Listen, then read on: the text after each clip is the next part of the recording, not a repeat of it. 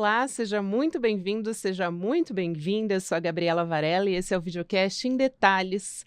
Aqui, sempre com um convidado ou com uma convidada, que é o caso de hoje, a gente mergulha numa temática, numa notícia do dia. Eu estou na companhia da Ive Brussel, que é advogada, especialista em direito público e administração pública e também criadora de conteúdo digital. Ive, prazer falar com você. Seja bem-vinda aqui ao Em Muito Detalhes. prazer estar aqui. Posso te chamar de Gabi, né? Claro, óbvio. Prazer enorme estar aqui. Obrigada pelo convite. Imagina, Ive, uma felicidade aqui te receber. Vamos começar pela pergunta básica. O que é uma grande fortuna? Quem são os super ricos no Brasil hoje? Dá para a gente definir isso levando em consideração o nosso país? Pois é, né? Não tem muito consenso do que seria uma grande fortuna, né? Num país como o Brasil, de uma grande desigualdade social, né? A gente pode falar aí que uma grande fortuna pode ser aí de 2, 5 milhões de reais até, sei lá, mais de 50 milhões de reais, né? O fato é que, como a gente vai falar sobre esse assunto, né, um milionário, um super rico no Brasil, são aqueles que têm investimento nos fundos exclusivos, né? São aquelas pessoas que podem investir nesses fundos privados, né, e que representa, sei lá, 1% da população do Brasil. Então, assim, é uma minoria no país, né, uma minoria privilegiada e que causa assim, uma grande distorção social. Mas é Exato, isso. sim. E qual que seria uma contribuição justa? Porque a gente está falando aí de uma minoria, como você disse, da população que é até difícil de quantificar, né, quando a gente está falando Tá. desses super ricos. Esses super ricos, Gabi, a gente não consegue nem materializar o quanto de dinheiro que eles têm, né? Porque assim, para nós aqui, réis mortais, né, milhões e milhões de reais e que eles vivem ali de renda, né, do rentismo, né, de juros na conta ali parada, em investimentos, etc. E tal. Então assim, a gente não consegue nem visualizar o que seria esses super ricos, né? No Brasil, né, no nosso estado, né, de bem-estar social, existe um contrato social que é para a democracia do Brasil, de que o sistema tributário ele deve ser progressivo, né? No sentido de que a pessoa que ganha mais tem que pagar mais, né? Tem que ser proporcional à sua renda, né? E não é o que acontece no Brasil. Dá até vergonha dizer isso, Gabi, mas no Brasil a classe média ela paga mais imposto que os super ricos, né? Então, o que a gente está tentando, o que a gente que eu falo assim, o governo está tentando equalizar essa situação, é tornar o sistema tributário mais justo, é fazer uma justiça tributária, uma justiça social, para que os ricos, os super ricos, bilionários, né, comecem a pagar, contribuir, né, para a sociedade, né, e isso faz parte do sistema tributário, né, de acordo com a sua renda, com seus ganhos, com o lucro, com o seu patrimônio, né? Existe uma distorção muito grande no Brasil, né? O imposto de renda, agora a gente está tentando consertar isso, né? O governo Lula prometeu aí uma faixa de isenção de até 5 salários mínimos, né, para a pessoa ser isenta, né? Agora foi aprovado recentemente uma medida provisória que se tornou lei de até 2 salários mínimos, será isento do pagamento de imposto de renda, como uma forma de fazer um pouco mais de justiça, né? E a gente precisa recuperar esses mais de 30 anos, né, de que esses milionários, né, estão se aproveitando do dinheiro que emprestam ao Estado sem contribuir, sem pagar um tributo, porque eu acho que é lógico, né, de que o Estado depende da receita, né? E essa crise fiscal que nós estamos vivendo no país há muitos anos já, né? Eu acho importante a gente frisar que não é uma crise de gasto, né? Eu acho que a crise de fiscal no país é sobretudo uma falta, né, na arrecadação, né, na receita, né, de taxar esses super ricos. Então é uma crise de receita, não uma crise de gasto, porque a gente já cortou tudo quanto é coisa, né? Já fizemos muitas reformas, fala-se muito em cortar gasto, cortar gasto, cortar gasto, mas isso é importante frisar que isso causa uma crise social. Então a gente precisa chegar num consenso e equalizar o que a gente precisa tributar, quais serão as fontes de receita, o que a gente precisa cortar de fato, né? Eu acho que a gente já está no limite de corte aí, né? Talvez a gente tenha que falar sobre uma reforma administrativa, mas não essa que está sendo proposta, mas esse é um tema para outro dia, né? Sem causar uma crise social, né? E fazendo com que o sistema tributário, a arrecadação, né, a tributação seja mais justa. Eu acho que isso faz parte do bom senso, assim, né? E a proposta do governo, só estendendo mais um pouquinho, ela não é nada bolchevique, não é nada comunista, não é nada revolucionário. É apenas aplicar as mesmas regras que já são aplicadas aos fundos de investimento da classe média para os fundos de investimento desses milionários. Né? Então não É o tem básico, nada né, é o Ive? básico. Eu acho que isso deveria, né, não ser nem ser motivo de indignação, né, e nem ser motivo de crise, de choradeira, como está acontecendo. Né? E aí eu queria te fazer uma pergunta importante, porque muita gente, eu vou recorrer inclusive aos memes, enfim, à internet, porque muita gente passou a ficar preocupada. Ah, porque vai taxar os super ricos e os empresários, né? Isso, a gente não tá falando de pessoas que têm uma casa, que têm um carro legal, a gente tá falando de pessoas muito ricas. Eu acho que é importante dizer isso, porque o que que define uma pessoa rica? A gente tá falando de super ricos, né? Mas é uma pessoa que é rica a partir da renda ou do patrimônio? O que que Então, difere de um empresário, né? pois é, aqui no Brasil, eu acho que quem fala muito sobre isso, inclusive é o Gessé Souza, né, no seu clássico, que é a Elite do Atraso, ele fala sobre isso. Ele fala assim que por a gente ter essa história de escravidão, né, essa cultura, então a classe média ela se acha muito mais próxima dos super ricos do que da classe popular, das classes populares, né? Então, o empresário, o pequeno e o médio empresário, ou aquele que tem um carro um pouco melhor, um carro importado, tal, ele já fica com medo de ser taxado. Né? Mas a gente não está falando dessas pessoas, não são essas pessoas que serão prejudicadas, essas pessoas elas já pagam imposto. Né, elas já são tributadas, pode ser que não seja de uma forma justa ou não, né, é o que está a discussão aí da alíquota do imposto de renda, etc e tal, mas o que a gente está falando aqui, o que está sendo discutido, o que o governo quer discutir são os milionários, o que tem, assim, bilhões, né, só para ter uma ideia, Gabi, os fundos exclusivos, né, que é o tema da medida provisória, que já Ai, está boa, já valendo, explica o que né? são os fundos exclusivos, por favor. Então, os fundos exclusivos, que são esses fundos privados, eles acumulam 750, vou arredondar, mas 750 bilhões de reais. Né? Então, assim, é muito dinheiro. Imagina o que eles percebem do ganho dessa renda, né, do que está aplicado ali em renda fixa, em renda variável, né, que são em ações ou em títulos do governo. Né? Então, assim, isso não é taxado, ou seja, é taxado somente no momento do resgate. Né, quando eles vão tirar o dinheiro desses investimentos e vão ali pegar o dinheiro para si. Então, somente nesse momento é que essa renda, esse dinheiro, ele é taxado. E o que acontece? Muitas vezes, esse dinheiro, eles ficam aplicados anos e anos e anos. Por quê? Porque a pessoa não precisa de trabalhar, ela não precisa daquele dinheiro. Então, fica ali aplicado, rendendo, passa para herança, passa de pai para filho, né? E não é tributado, né? E apenas 2.500 pessoas ou famílias ou cotistas, que a gente diz, que são esses que estão aptos a ter esses fundos de investimento, que você precisa ter um patrimônio uma aplicação, na verdade, né, melhor dizendo, de acima de 10 milhões de reais. Então, se você não tem 10 milhões de reais, desculpa, você não pode ter um investimento, uma aplicação nesses fundos exclusivos. Né? E o que é a proposta do governo? Né? É o que a gente chama de come-cotas. É o que já é feito para investimentos da classe média, que investimentos em renda fixa, em títulos do tesouro, etc. e tal, né, que é o quê?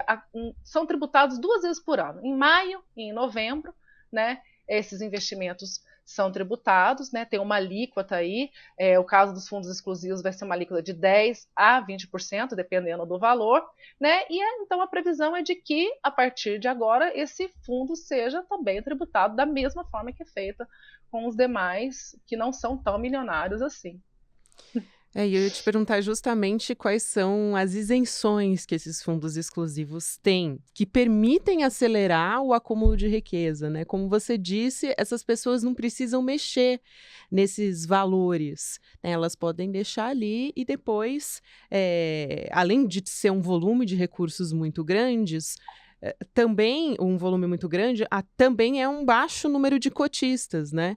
O que permite que tenha uma isenção específica. Dá para a gente explicar isso um pouquinho melhor também? Então, são esses bilionários, né, que a gente está falando aí, por exemplo, dos sócios das lojas americanas, né, essa é uma matéria agora, se não me engano, foi ontem, que apesar de toda a crise das lojas americanas, eles tiveram um acréscimo de patrimônio na ordem de 6 bilhões, 5, 6 bilhões de reais, ou seja, a pessoa física não perdeu nada, inclusive eles constam ainda na lista da Forbes, dos bilionários do Brasil. Então é isso, são fundos que são ali, ficam ali aplicados, né, em títulos do Tesouro, em ações, né, e em ações que são, né, que correm na bolsa e tudo mais, e que você não precisa mexer daquele dinheiro porque você a renda, o ganho daquele investimento já é muito grande, já é capaz ali de você, né, oferir uma boa. Então, assim, são pessoas que têm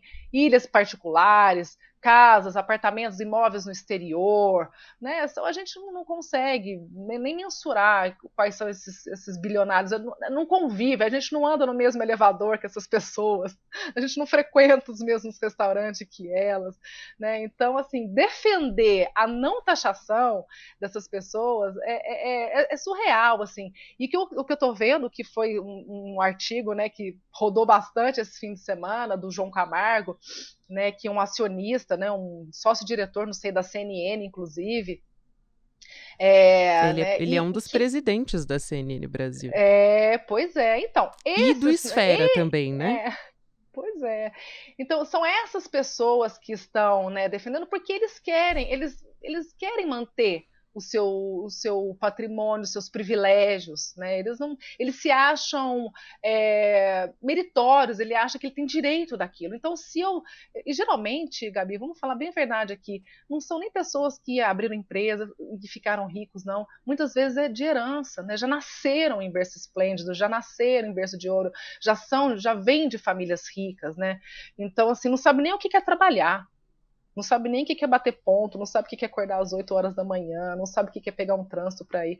Então, assim, se um dia fechar a empresa que ele diz que trabalha, não vai fazer diferença nenhuma para essa turma, né? Então, defender. E eu acho, assim, surreal a grande imprensa do nosso país, que é o grande partido, né, da classe, da elite financeira do Brasil, né, que é a grande imprensa, dá palco para esse tipo de gente, né? E eu vou explicar por quê. Porque muitos desses jornais, essa imprensa, também tem dívidas com bancos ou também tem investimentos em bancos, né? E são muitas vezes patrocinadas por esses bancos, então por isso que ficam aí defendendo aí, dando voz para essa choradeira que está acontecendo, assim, que é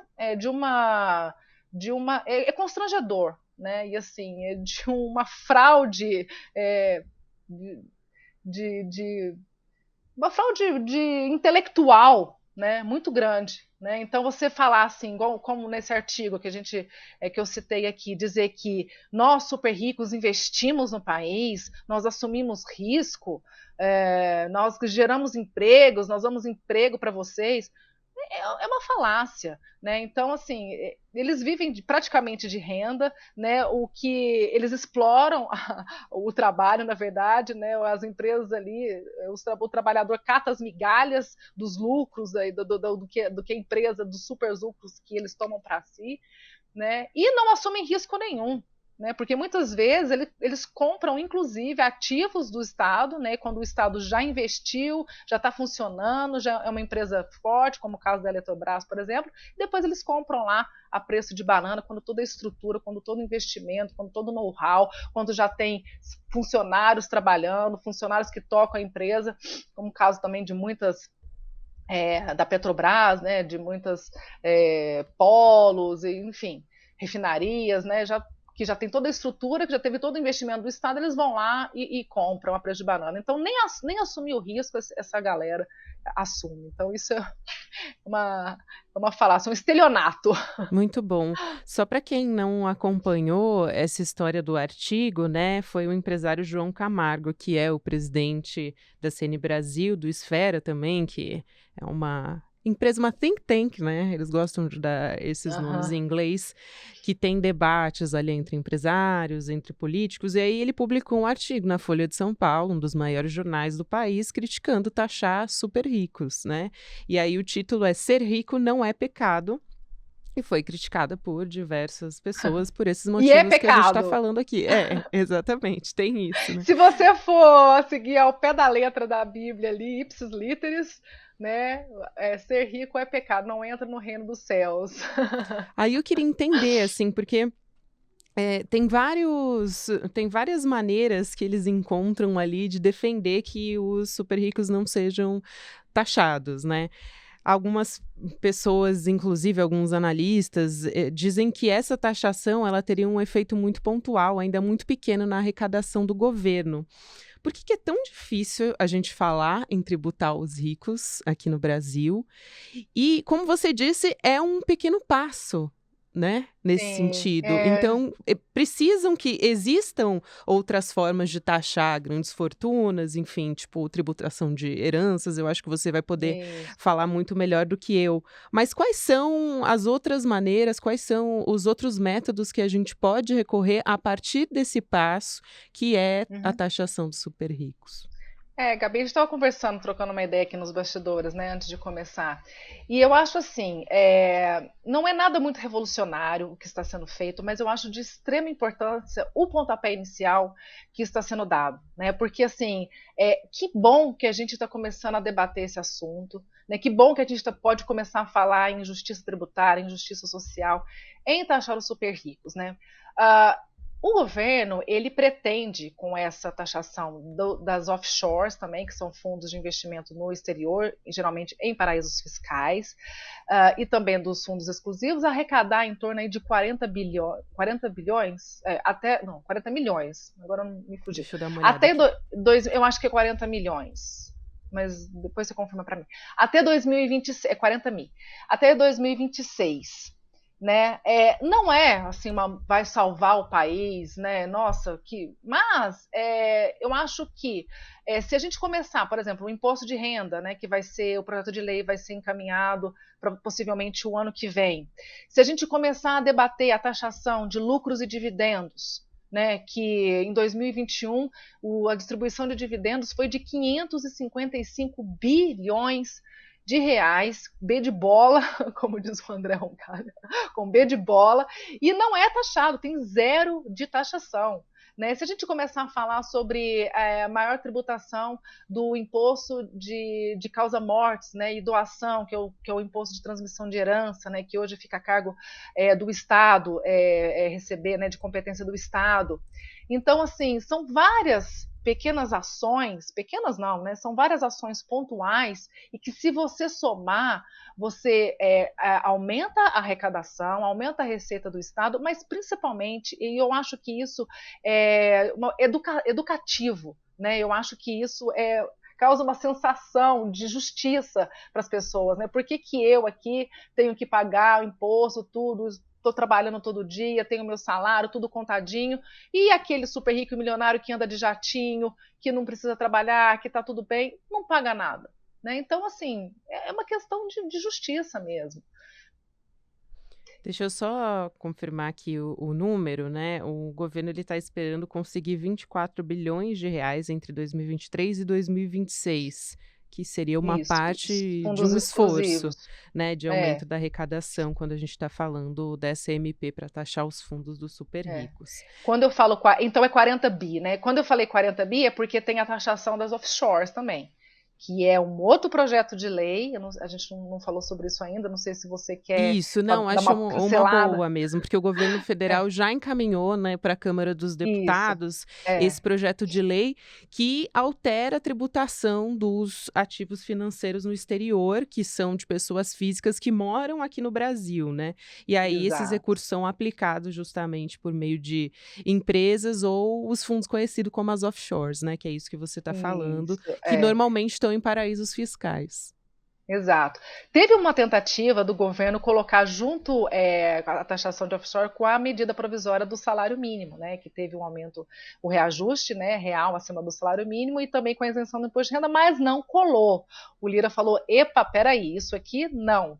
Então, o que aconteceu? A medida provisória passou, foi transformada em lei, então o governo federal encaminhou um projeto de lei, que é o projeto de lei 4173, minha colinha aqui, para não esquecer, é, que é o projeto de lei 41.073, que então prevê a taxação desses investimentos em offshores, que geralmente são no exterior, que são em paraísos fiscais. Que são paraísos fiscais? Tem uma facilidade, né, de você investe ali, não tem quase zero de taxação nesses paraísos fiscais, e também tem um sigilo bancário, tem diversas regras que não averigua a origem do dinheiro, por isso que muitas vezes esses investimentos em paraíso fiscal é associado a um dinheiro sujo, né, vamos dizer assim, de origem ilícita, por isso que muitos falam, lavar dinheiro em paraíso fiscal, porque muitas vezes são dinheiro de origem ilícita, né? Então, o projeto prevê a taxação, que hoje é zero, você só é taxado quando você resgata, quando você traz esse dinheiro para o Brasil, né? E agora prevê uma taxação, então vai ser anual. Então, assim, até o ganho, né? Então é o ganho, não tudo que está investido, mas o ganho de até R$ 6.000, ele vai ser isento, a alíquota zero. De 6 a 50 mil desse ganho, ele vai ser tributado em 15% a alíquota do imposto de renda, e acima de R$ 50.000, então vai ser uma alíquota de 22,5%, né? E qual que é a briga aí que está tendo com Arthur Lira, né, e com todas essas forças de pressão, né, que existem no Congresso? Sobre a variação cambial, né? Então, assim, só para dar um exemplo para vocês, né, como diz o nosso querido Eduardo Moreira aqui, o Paulo Guedes, ele tem 10 milhões de dólares em paraíso fiscal, né? Quando ele assumiu no Ministério da Economia, então o dólar estava mais ou menos a R$ 3,56. Então ele tinha esse dinheiro investido em paraíso fiscal, em offshore, o dólar estava a R$ 3,56. Quando ele saiu, o dólar estava R$ 5,15, né? Então ele teve um ganho de capital aí, né? Essa variação cambial gerou um ganho para ele de quase 40%. Então, o que está sendo debatido, e parece-me que o governo já aceitou essa queda de braço, para que esse ganho, essa variação, ela seja isenta de tributação.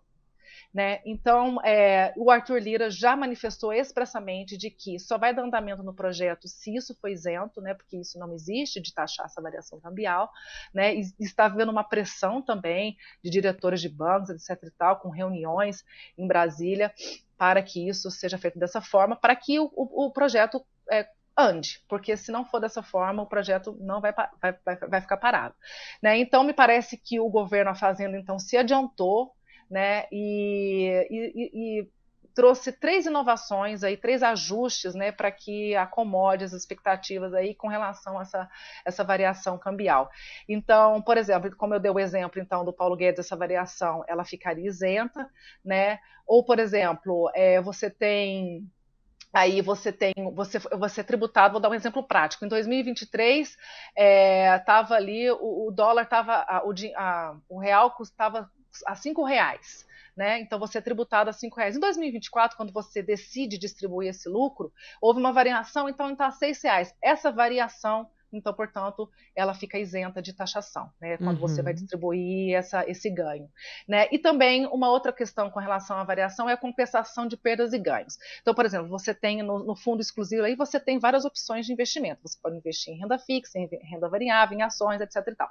Se você tem ganho de um lado no investimento e perdeu de outro, né, você vai compensar, você vai, então, o que vai ser tributado vai ser o ganho líquido com daquele investimento. Certo? E um outro acordo que foi feito, então, para que o projeto comece a andar, eu posso, todo ano, eu posso, porque quando você tem que fazer uma declaração dos ativos que compõem ali os seus investimentos, né? Tem que fazer um balanço.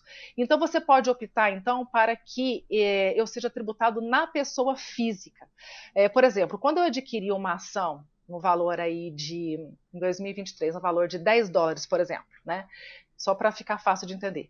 E em 2024 ela teve uma valorização e hoje está custando aí, de acordo com o preço do mercado, US$ 15, por exemplo, eu posso então optar para que eu declare que eu tenho um volume de ações, que eu adquiri esse volume de ações a US$ 10, eu pago o tributo sobre isso e eu então não sou taxado nessa variação, né? Porque o que eles alegam? Que como eu não vendi essas ações, eu não tive um ganho sobre elas. É só uma mera expectativa.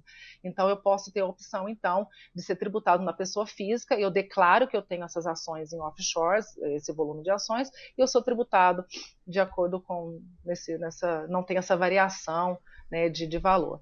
Então é isso que está em debate ou que está colocado na mesa. Me parece que eu acho que vai ter andamento, né? Eu acho que isso nunca foi debatido até então, Gabi. Eu acho que muita gente achava que não vou nem falar sobre isso porque não vai passar. Não vou nem colocar esse projeto porque não vai dar andamento. Para ser justo aqui, o Temer e o Bolsonaro, o Paulo Guedes, tentaram Sim. taxar os super ricos, né? Mas eu acho que não teve muito esforço, assim, não, né? Eles já começaram cansados, eu acho assim.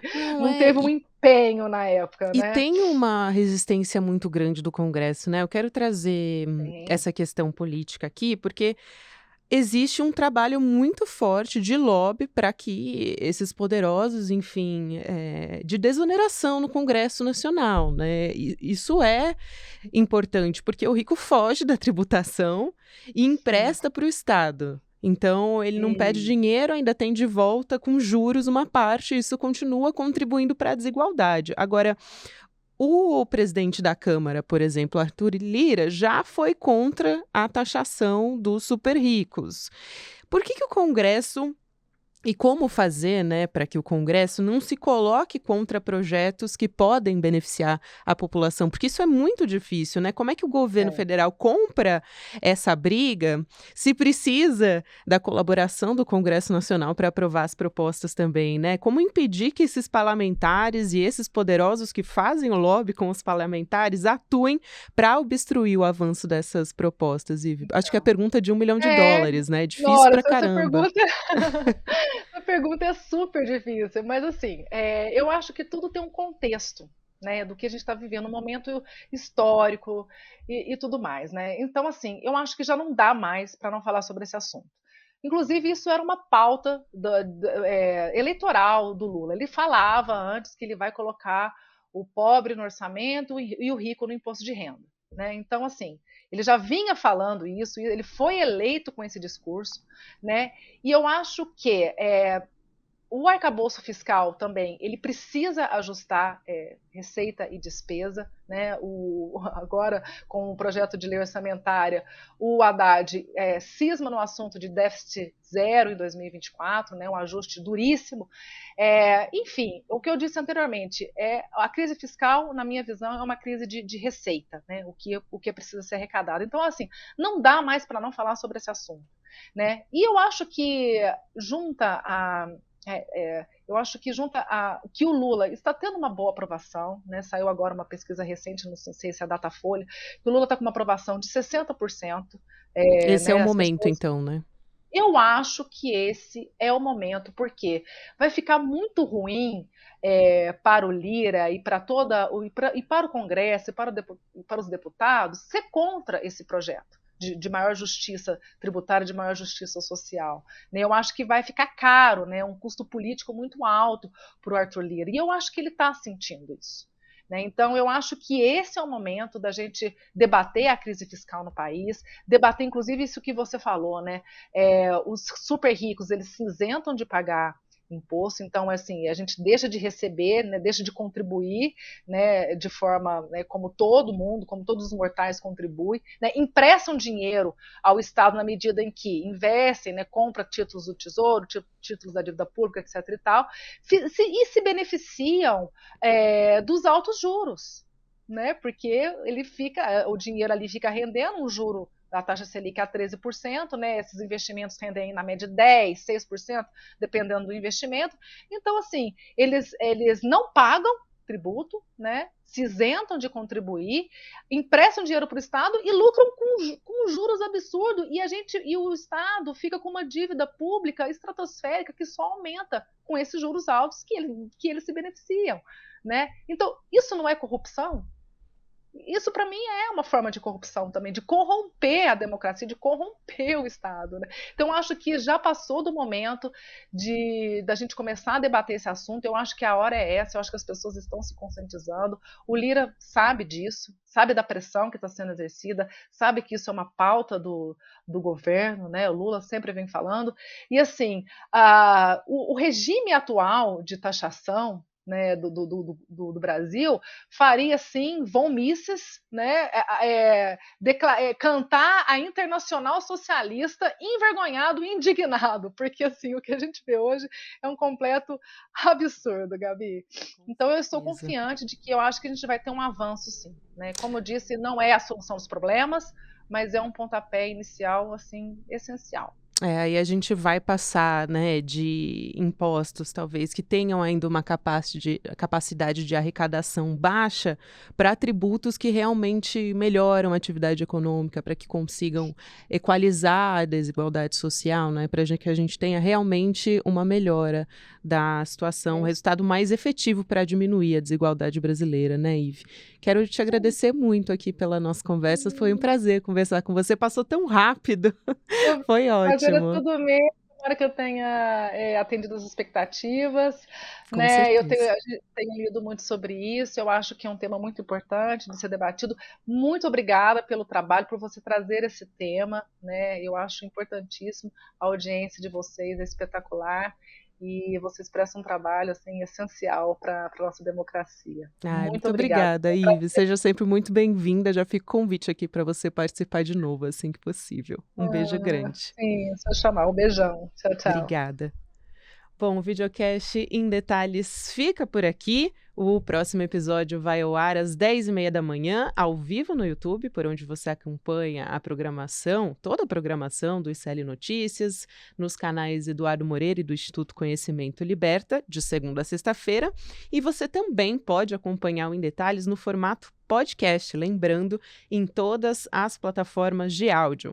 Para quem acompanha essa transmissão agora, ao vivo no YouTube, você fica agora com o videocast Mercado e Investimentos, com o André Campedelli e a Débora Maganha, e às 6h da noite também, com o ICL Notícias segunda edição, comigo, Chico Pinheiro e Chico Sá. Até mais.